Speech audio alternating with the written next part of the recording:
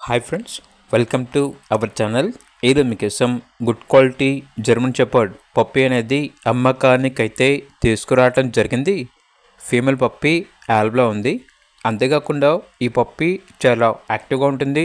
ఎటువంటి health problems అనేవి ఏమీ లేవు.